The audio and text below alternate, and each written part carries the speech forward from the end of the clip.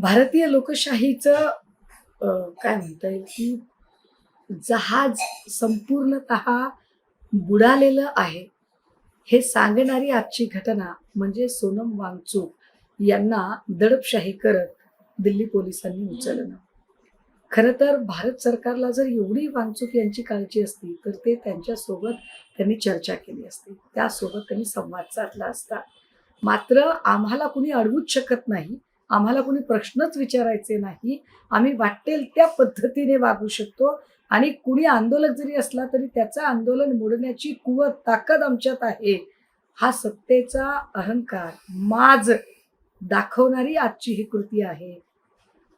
20 तारखेला होणारं जंतर मंतरवरचं जे देशव्यापी आंदोलन आहे त्या आंदोलनाला दडपण्यासाठी घाबरलेल्या सरकारने, विशेषतः लोकशाही मूल्यांवर विश्वास नसणाऱ्या भाजपने केलेली ही अत्यंत भ्याड कृती आहे. याची निंदा करावी तेवढी कमी आहे.